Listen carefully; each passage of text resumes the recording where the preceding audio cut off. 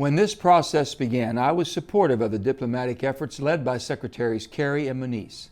I have always believed that to truly be a superpower, you must engage in super diplomacy. Whenever I am able, I will choose diplomacy over war because the stakes are so high for West Virginia, which has one of the highest rates of military service in the nation. But as I struggle with this decision, I could not ignore the fact that Iran, the country that will benefit most from sanctions being lifted, refuses to change its 36-year history of sponsoring terrorism. For me, this deal had to be about more than preventing Iran from acquiring a nuclear weapon for the next 10 to 15 years. For me, this deal had to address Iran's terrorist actions. Without doing so, would reward Iran's 36 years of deplorable behavior and do nothing to prevent its destructive activities. In fact, even during the negotiating process, it has continued to hold 4 American hostages, support terrorism around the world, breed anti-American sentiment, and acquire arms from Russia. The continued actions by Iran and its recent activities with Russia have proven to me that when we catch Iran violating the agreement, and I believe we will, I have grave doubts that we will have unified, committed partners willing to prevent Iran from attaining a nuclear weapon.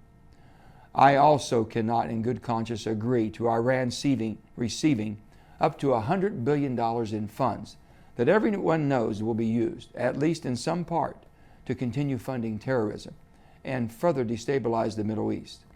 Lifting sanctions without ensuring that Iran's sponsorship of terrorism is neutralized is dangerous to the regional and American security. The administration has accepted what I consider to be a false choice, that this is only about nuclear weapons and not terrorism. However, the fact of the matter is that we are concerned about Iran having a bomb because, in large part, it is the world's largest state sponsor of terror. Asking us to set aside the terrorist question is irresponsible and misses the point.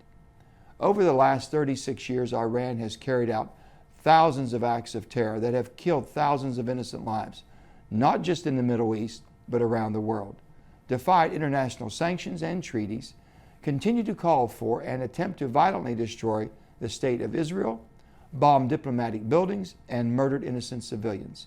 On top of it all, Iran is directly responsible for the deaths of hundreds of U.S. soldiers. This regime has shown no signs that its deplorable behavior will change, and this deal does nothing to guarantee that behavioral changes. While the deal places real constraints on Iran's nuclear program for the next 10 to 15 years, after that term, Iran will be able to produce enough enriched uranium for a nuclear weapon in a very short period of time. While I hope that its behavior will change in that span, I cannot gamble our security and that of our allies on the hope that Iran will conduct themselves differently than it has for the last 36 years. It is because of that belief and a month of thoughtful consideration that I must cast a vote against this deal. I do not believe that supporting this deal will prevent Iran from eventually acquiring a nuclear weapon or continuing to be a leading sponsor of terrorism against Americans and our allies around the world. To those who were upset by my deliberations, I would simply say that the decision to pursue diplomacy is every bit as consequential as the decision to pursue war.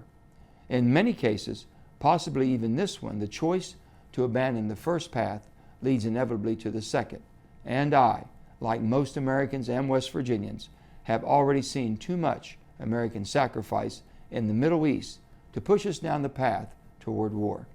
However, I don't believe a vote against this deal forces us to abandon the diplomatic path. We must continue to pursue peace, but on terms that promise a lasting peace for the United States and our allies. I met with and spoke to every national security expert I could, attended every secured briefing that was made available to me, spoke with representatives of every Middle Eastern country, and most importantly, I listened to thousands of West Virginians. I thank all my constituents who reached out to my office and to the many advisors who took their time to help me reach this decision. I will continue to listen to my constituents, and I will support a path towards peace and diplomacy over war and aggression. But make no mistake about it, I will vote to use all of our military might to protect our homeland whenever it is threatened, defend our allies whenever they are put in harm's way, and prevent Iran from acquiring a nuclear weapon. I believe that to be a superpower.